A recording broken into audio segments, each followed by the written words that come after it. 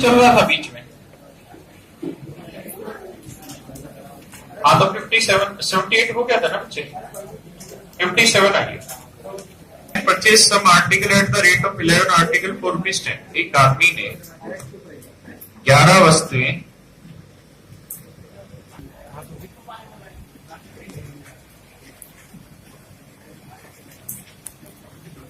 और नहीं 11 आर्टिकल 10 रुपए के भाव से खरीदे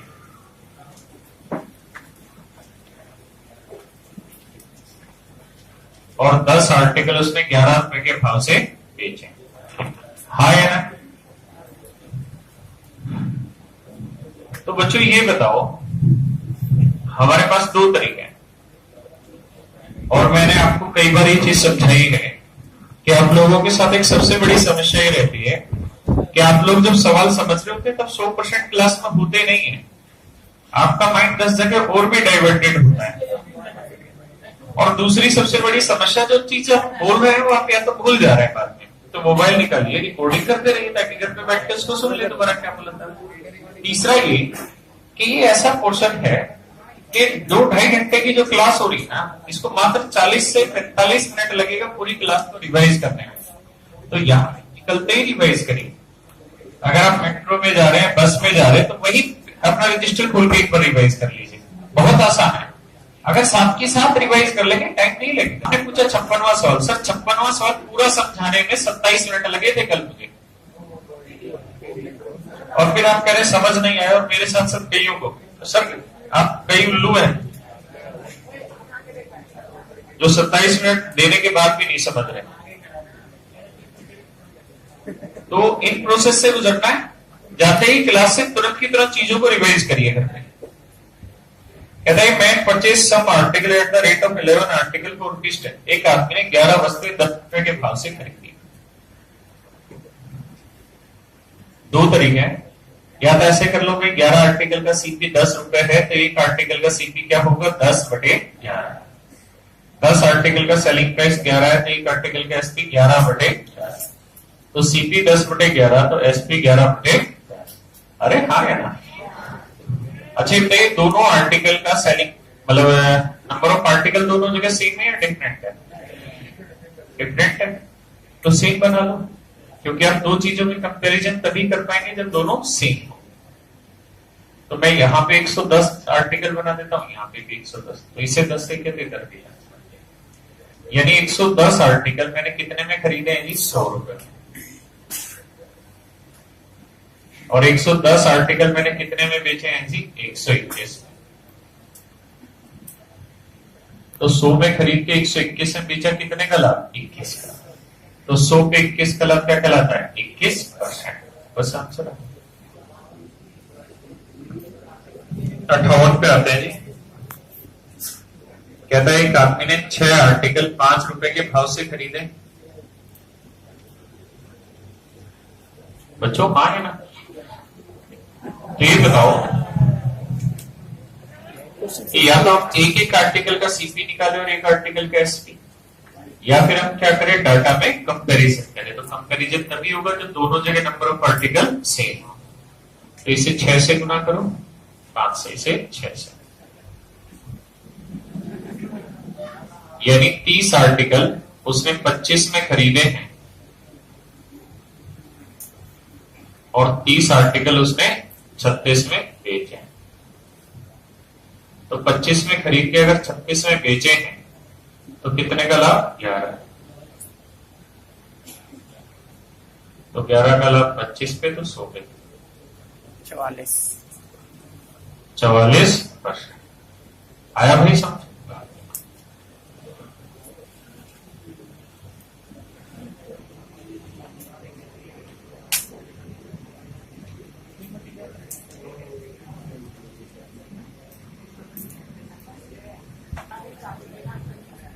A man purchased some oranges at the rate of 1 oranges for ₹2। एक आदमी ने एक आर्टिकल 2 रुपए के भाव से खरीदा और 2 आर्टिकल 1 रुपए के भाव से।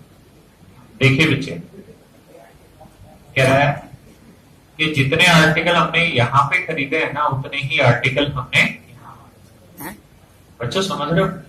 सेम नंबर ऑफ आर्टिकल इस रेट से खरीदे, उतने ही आर्टिकल इस रेट से खरीदे। तो भाई करो क्या, इन सारे आर्टिकल को सेम करो। तो सेम करने के लिए इसे किससे करें, दो से। हाँ है ना बेटा। तो यानी ये दो आर्टिकल कितने में बेचे, खरीदे 4 में, और ये वाले दो आर्टिकल कितने में खरीदे, 1। तो कुल मिला के मैं ऐसे कह सकता हूं ना कि 4, 2 और 2 4, 4 आर्टिकल का जो सीपी है 5 रुपए। हाँ या ना जी, 4 और 1 5। और कहता है जी उन्होंने इन सारे आर्टिकलों को 3 रुपए में 4 आर्टिकल के लग भाव से बेच दिए। उसने इन सबको 4 आर्टिकल 3 रुपए के भाव से, ऐसा ही कह रहे हैं ना। तो देखो जी 4 आर्टिकल का सीपी है 5, तो 4 आर्टिकल का एसपी है 3। हाँ है ना। तो लॉस हो रहा है कितने का, 2 का। तो 2 का लॉस 5 पे, तो 100 पे कितना, 40%।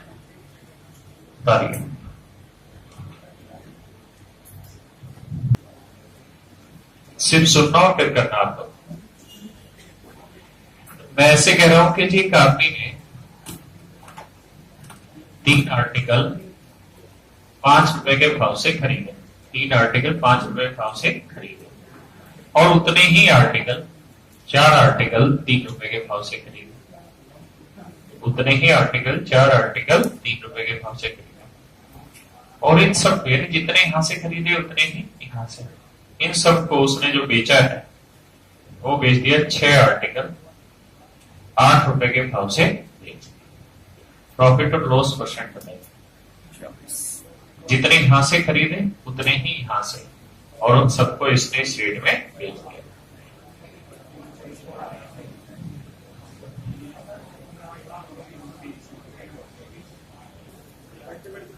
यहां आर्टिकल सेव करो, तो यहां किससे करें बेटा, 4 से, यहां 3 से। देखिए तो 12 आर्टिकल हमने यहां खरीदे 20 रुपए के, और यहां 12 आर्टिकल हमने खरीदे 9 रुपए। तो 12 और 12 कितने हो गए,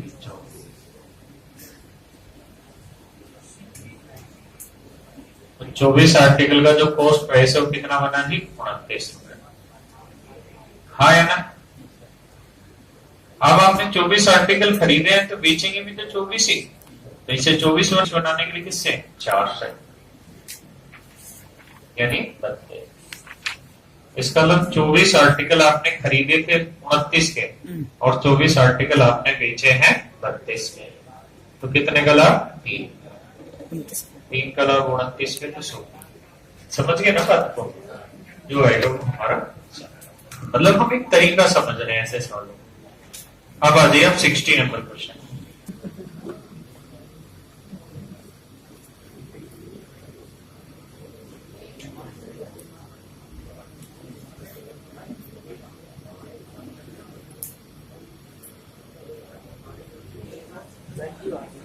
कहता है man buys some oranges at the rate of 5 rupees. एक आदमी ने कुछ संतरे, 5 संतरे 1 रुपए के भाव से खरीदे, और उतने ही संतरे 4 संतरे 1 रुपए के भाव से।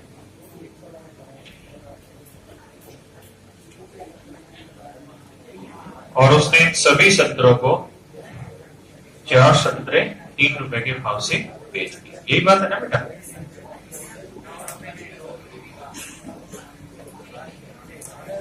ये अच्छा मैं गलत नहीं किया,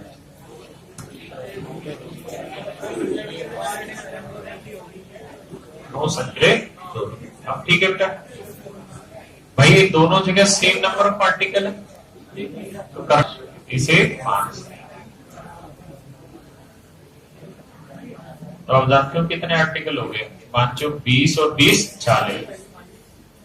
तो 40 आर्टिकल का जो कॉस्ट प्राइस है वो कितना बना भाई, 9 रुपए। 4 और 5 9 रुपए। हाँ जी, एक बार इतना उतार दो पहले।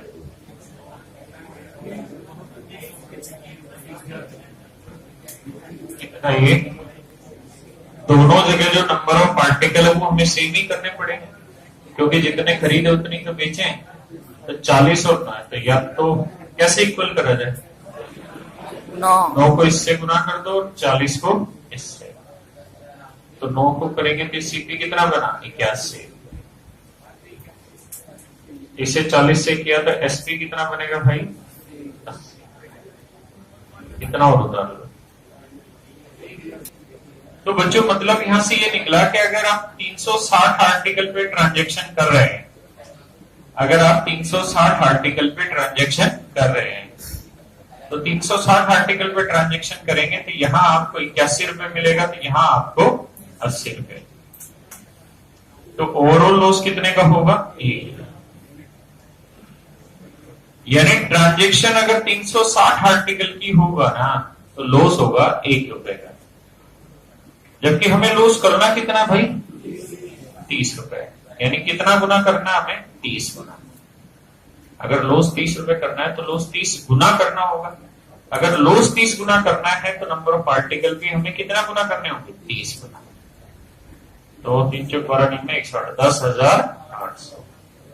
यानी कि हमें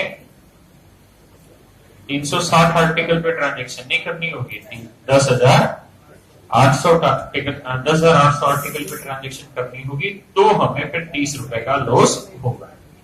मैं फिर से समझाता हूं मैंने क्या कहा। मैंने कहा कि अगर हम 360 आर्टिकल का ट्रांजेक्शन करते हैं तो हमें लॉस होता है 1 रुपए का, लेकिन अगर हमें लॉस 30 गुना करना है तो फिर नंबर ऑफ आर्टिकल भी हमें 30 गुना करनी है। बस आंसर। प्रीवियस क्वेश्चन उसमें हम सीपी और एसपी के लिए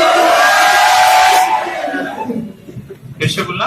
आर्टिकल इक्वल करने होते थे, इसलिए हम सीपी और एसपी इक्वल करते थे जो प्रीवियस क्वेश्चन हुए। लेकिन इसमें देखो सीपी दोनों का अगर हम ऐड करें 5 और 4 एसपी में जो आर्टिकल है 4 और 9 दे रखे तो हम उसको ₹2 है और ये बुक को 9% प्रॉफिट पे बेच रहा है या 13, और इसको टेबल को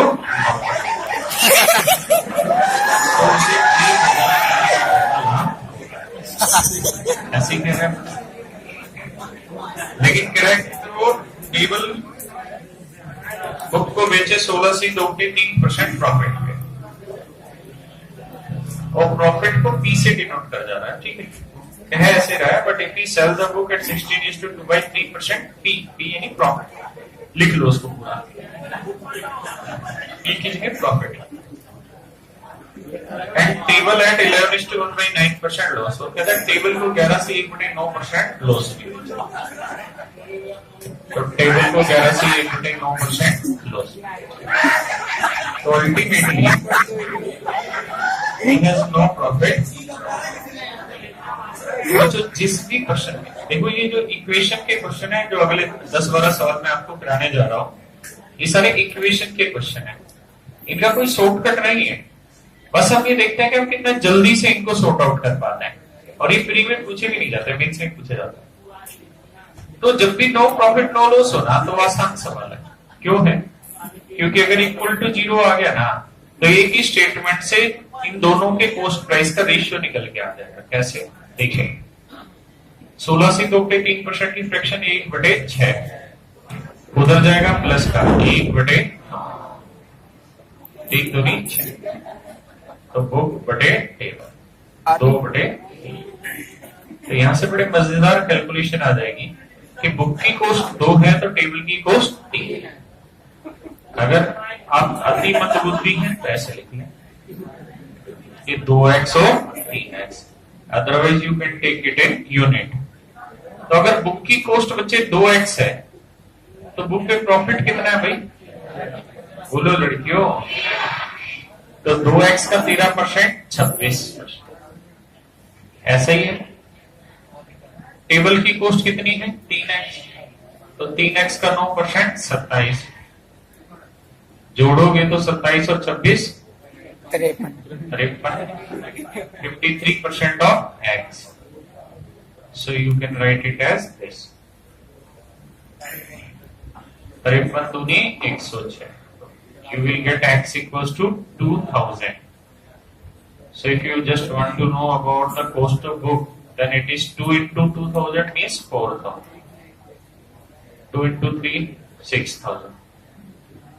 So I just want to tell you that if there is no profit, no loss case, in that scenario you will get equal to 0, and only this situation you can get the ratio of cost price of book and table only from one equation.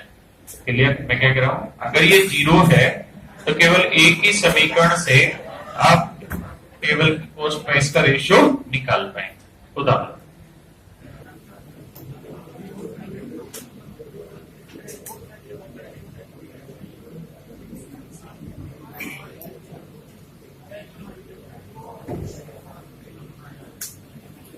Number 100 में, अरे इसे चलने दो। 76 में, a man sell a table at 15% profit and a chair at 12%। चलता है वैसे आप धैर्य सर।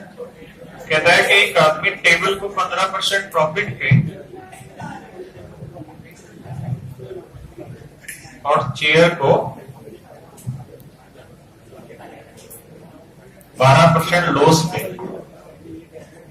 पे बेचता है, तो सिर्फ 500। सर हम क्वेश्चन आगे भाई, but if you sell the book, कहता है यहाँ पे टेबल को अगर वो 12% लॉस पे बेचता और चेयर को 15% प्रॉफिट पे बेचता, then he will earn no profit no loss. Equation मैंने बताया अलग अलग थोड़ी थोड़ी टाइप है, उनको समझते चलिए। पेपर में है तो सॉर्ट आउट करना। वैसे माइनस वाले को उधर ले जाते हैं, तो चेयर का 15% इक्वल टू होगा टेबल के,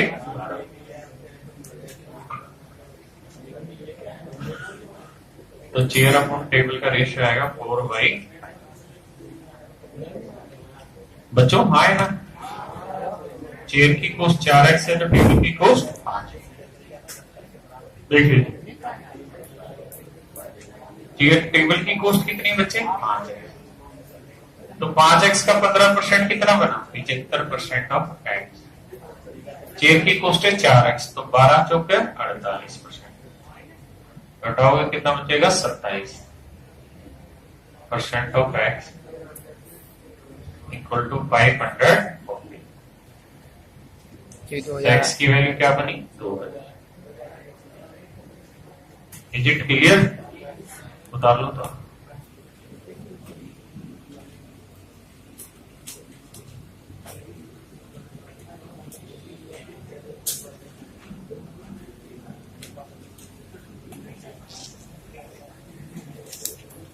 हेलो सर, हाँ उसने ऐसा लिखा है कि 560 में बेचे। देखिए 75 पे, a man sell a table at 12% loss. कहता है एक आदमी ने एक टेबल को 12% लॉस पे एंड बुक एट 19% प्रॉफिट, और बुक को 19% लाभ पे बेचा है। तो उसे 160 sell the table at 12% profit. अगर उसने टेबल को 12% प्रॉफिट पे और बुक को 16% लॉस पे बेचा होता, तो 40 रुपए का क्या होता, लॉस। बच्चों सिंपल इक्वेशन, ये कैंसिल आउट हुआ, ये 3% of book equal to it is 120। तो बुक की कॉस्ट है भाई कितनी, 4। बच्चे हाँ है ना। अब अगर बुक की कॉस्ट आ गई तो टेबल की ओर निकालें। एक बार इतना उतार लो, फिर बताता हूं आगे जल्दी से। कहीं पे भी रख लो, पहले वाली इक्वेशन में रखते हैं। तो 4000 का 19% कितना होगा रे, 4000 का 19% 760। तो ये वैल्यू हो गई 760। ये 760 उधर जाएगी, किसका होगा, माइनस। तो 160 माइनस 760 क्या बचेगा, -600। हाँ है ना, equal to -12% of T. Minus से माइनस कटा, 12 से काटोगे 50, तो टेबल का कॉस्ट कितना बना, 5000। बस ये आंसर है। क्लियर है जी?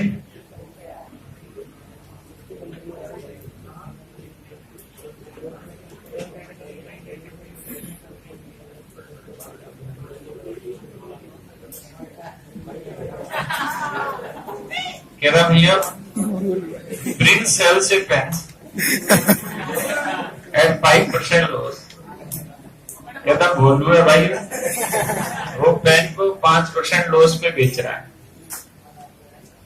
और किताब को 15% प्रॉफिट पे। तो भैया उसको 7 रुपए का लाभ होता है। लेकिन अगर भोलू 5% प्रॉफिट पे बेचे पेन को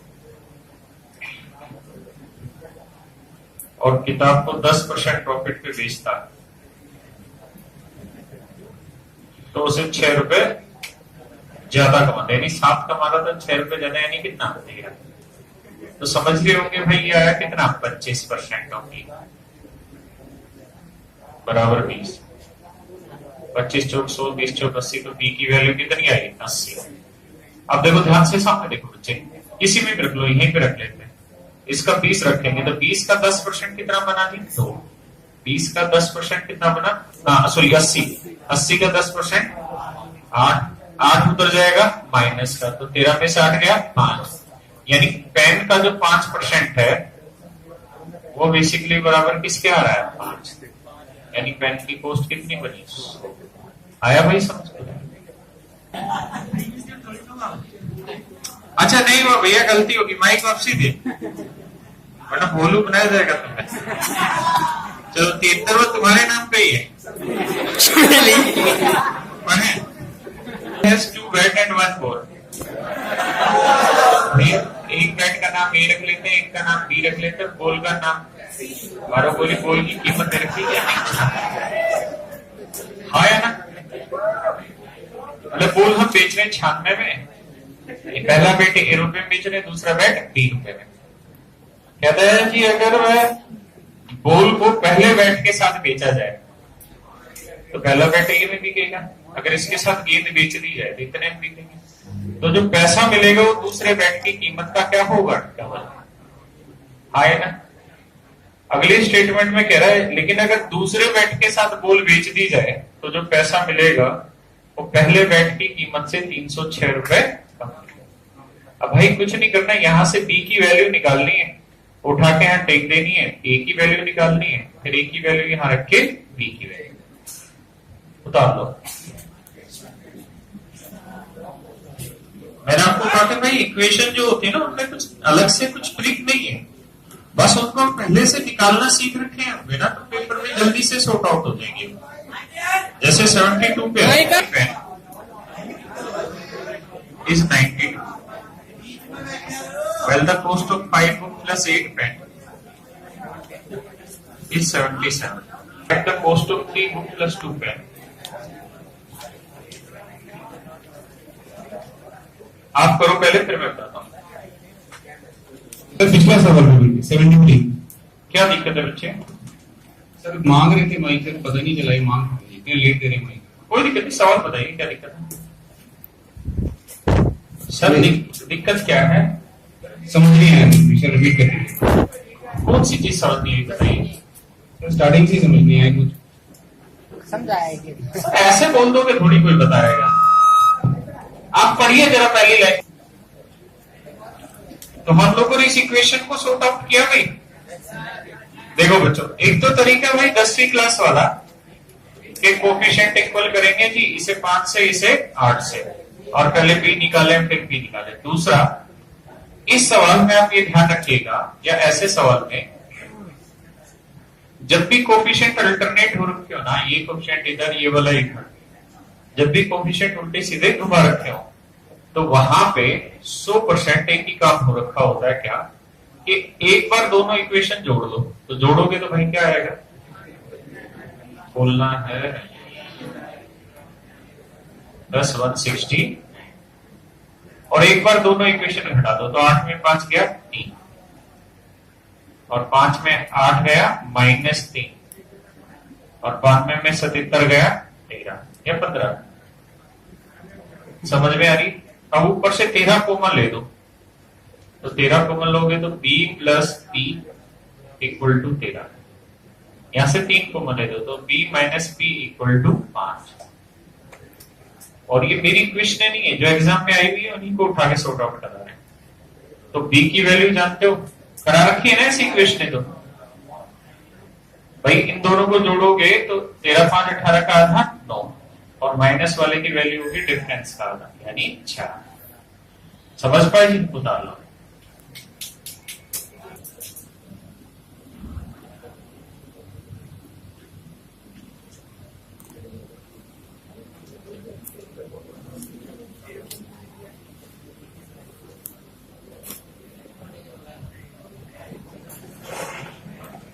बच्चे 71वां सवाल हम डिटेल कर रहे हैं, इसके बाद हम समझेंगे कि इस तरह के जो सवाल हैं इनको कैसे करें। बेटा बोले नहीं, 2 साइकिलें ए और बी, मान लो इनका कॉस्ट है 1600 रुपए। कहता उसने पहली को 10% और दूसरी को 20% लाभ पर बेचा, तो कुल मिला के कुछ तो लाभ हुआ ही होगा बच्चों। मान लो इतना लाभ हुआ, x रुपए का मान लो लाभ हुआ, ठीक है जी। कहता है अगर वो पहली साइकिल को 20% और दूसरी साइकिल को 10% लाभ पर बेचे, तो सिर्फ पहले से कितना 5 रुपए। अरे हाँ या ना, सही है जी गलत है? सही है। आप बच्चों ध्यान रखो, मैं ये तो डिटेल समझा रहा हूं आपको। माइनस कर लेते हैं भाई, तो माइनस करोगे भी यहाँ क्या बनेगा माइनस ए 10%। हाँ जी, यहाँ पे बी 10,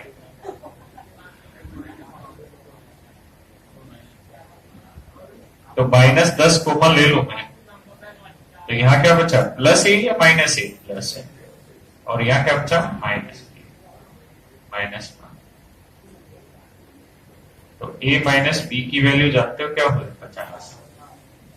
तो a प्लस बी है जी 1600 और a माइनस बी है 50। तो a की वैल्यू जानते हो क्या होगी 800, वही तो सिखा रखा है ना 825, और b की वैल्यू होगी 775 और 700। हाँ या ना? लाइन से profit and second and 10% profit he get ₹5 more, तो उसका फुल स्टॉप लगा के find the price of both the cycles.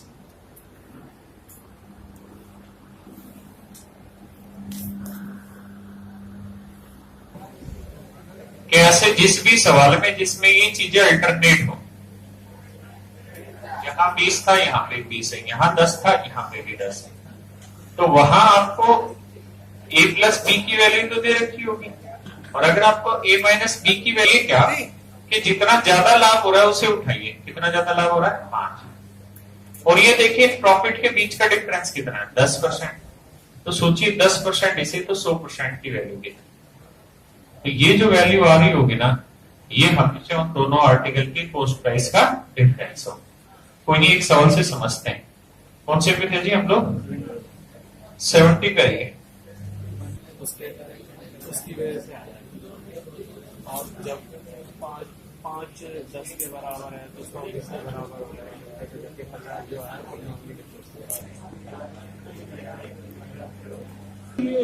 Projector बंद हो गया सर, दोबारा समझा दीजिए। और एक पेन तो 6000 रुपए में खरीदा। बच्चे माइक बंद कर दें। 70 में कह रहा है एक आदमी ने किताब और पेन 25,000 में। इसके बाद फिर वही गड़बड़, मैंने यहां से खत्म की हुई आवाज माइक वाली, उसको सेट करा लेगा। कहता है बुक को अगर वो 13% प्रॉफिट पे बेचे और पेन को अगर वो 17% प्रॉफिट पे बेचे तो उसे कुछ लाभ होगा। मान लो X रुपए का 13% पे, तो उसे 80 रुपए ज्यादा लाभ होगा। हाँ है ना?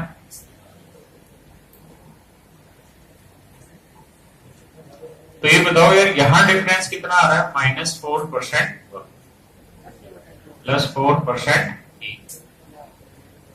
-80। तो 4% कॉमन ले लेंगे।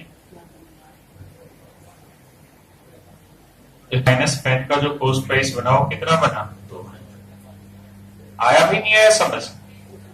देखो बड़ा आसान है। अगर बुक माइनस पेन का कॉस्ट 2000 रुपए है तो 100 लोड करोगे तो बुक की कॉस्ट हो जाएगी 25, तो 27 का आधा 13,500 और पेन की कॉस्ट हो जाएगी 11,500। दूसरा मैं ये कह रहा था कि बच्चों ये देखा करो कि कितना ज्यादा प्रॉफिट हो रहा है। कितना ज्यादा लाभ हो रहा था? 80। फिर हम ये देखेंगे कि यहाँ प्रॉफिट का डिफरेंस कितना आ रहा है? 4%। तो 4% 80 तो 100% की वैल्यू। तो ये जो आएगा ना, ये आएगा दोनों आर्टिकल के कॉस्ट प्राइस का डिफरेंस। अरे आया नहीं आया समझ? 69 का